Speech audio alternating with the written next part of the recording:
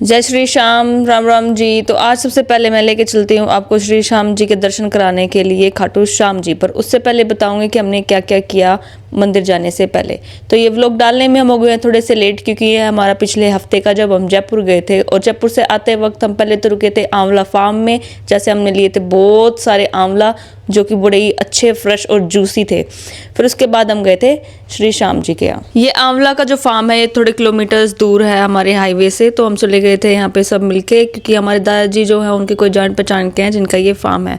तो पहले गए और नंबर वाइज हम सब ने आंवला तोड़े, पर इतने आंवला तोड़ लेते कि होना जाना कुछ नहीं था, 15-20 आंवलाओं से पर हो गए थे सारे के सारे खुश। आ गया था पूरा आनंद, क्योंकि आंवला तोड़ने का फर्स्ट टाइम ये एक्सपीरियंस था और फर्स्ट टाइम में हम इस फार्म में आए थे। फार्म पे जो भैया रहते हैं उन्होंने पहले ही 2 पन्नी भर भर के आंवला हमारे लिए तोड़े हुए थे। तो हमने ये तोड़े हुए आंवला जो हमने खुद तोड़ा है वो उसमें मिलाए और सारे के सारे अपने लेके आ गए। और पिछले हफ्ते मैंने आंवला की एक शॉर्ट्स डाली थी जिसको देख के ना जाने कितने टीचर्स ने मेरे को साई दे दी थी। तो वो साई सुन के मेरे को ऐसा फील हो रहा था अगर ट्रक भर के मैं आंवला ले आती वहाँ से तो मेरे अत्ते के साथ बिक जाते सारे के सारे।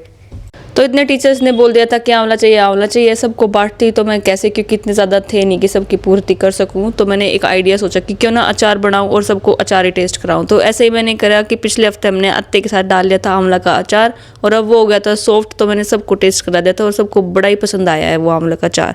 और इस फार्म में बड़ी ही प्यारी प्यारी ये बत्तख स्वान सी भी थी, इतनी प्यारी थी कि पास भी जा रहे थे तो भी नहीं डर लग रहा था इनको। शायद ये इतनी ज़्यादा यूज टू हो चुकी हैं इंसानों की कि पास आओ तो भी ये भागते नहीं है डर के। और पहले तो चल रही थी झुंड में, और फिर जैसे टीवी में हम नहीं देखते हैं लाइन बना के बत्तख चल रही हैं, उसके बाद इन्होंने 1 बाय 1 ऐसी एक लाइन में कतार सी बना के चल दी थी, कौं सी करते हुए। सारे फार्म में घुमाई फ्राई करने के बाद पूरी हम आ गए थे अपने बाहर की साइड, क्योंकि आंवला रख लेते गाड़ी में और ये बाहर की थी बारी सप्ताह रामा रमी करण की और टाटा बाय बाय करके ये बोलने की जल्दी मिलेंगे और आप लोग भी आओ, हम भी आप लोगों का इंतज़ार करेंगे। तो दादा दादी के पैर छुए, आशीर्वाद लिया और सब ने मिलकर एक ग्रुप फोटो करा के ग्रुप फोटो, और फिर सब अब अपनी गाड़ी में बैठ लिए थे और निकल लिए थे अब अपने खाटू श्याम जी की तरफ। 1 hour later. जयपुर से खाटू श्याम जी की दूरी सिर्फ 1 घंटे की है, तो वो हमने पूरी करी और पहुंच गए थे हम रिंग्स रोड। और जाते के साथ दिख गए थे हमें श्रद्धालु ध्वज लेके जाते हुए मंदिर की तरफ। श्री श्याम नाम की माला जपते जपते हम भी पहुंच गए थे खाटू श्याम जी के मंदिर के बिल्कुल पास। तो 200 ही मीटर की दूरी पे हमें मिल गई थी एक बढ़िया सी पार्किंग, कर दी थी हमने गाड़ी पार्क और फिर रास्ता पकड़ लिया था हमने श्याम जी के मंदिर जाने का। और रास्ते में से लिया था हमने ये प्रसाद। आज द्वादशी के दिन मैं आपको घर पे बैठे बैठे कराने वाली हूँ श्याम जी के दर्शन, तो चलो आप भी मेरे साथ और करो श्री श्याम जी के दर्शन। बाबा के नाम का जयकारा लगाते हुए हम लग गए थे लाइन में और फिर अपने करे हमने दर्शन। और सोचा नहीं था कि किसी स्पेशल वार त्योहार के बिना भी इतनी ज़्यादा भीड़ मिल जाएगी। कति निरी पब्लिक आ रही थी श्याम जी के दर्शन करने के लिए, शायद क्योंकि सबकी छुट्टियाँ थी और छुट्टियों में भरपूर आनंद लिया है इन्होंने जयकारे लगा के और दर्शन कर करके। तो हम भी अपने फुल जोश में थे और आगे बढ़ते चले गए और कति बढ़िया दर्शन करे, फुर्सत तक खड़े होकर और प्रार्थना करी कि भगवान सारे जगत में खुशियाँ बांटो और ऐसे ही सबने सुख समृद्धि देते जाओ।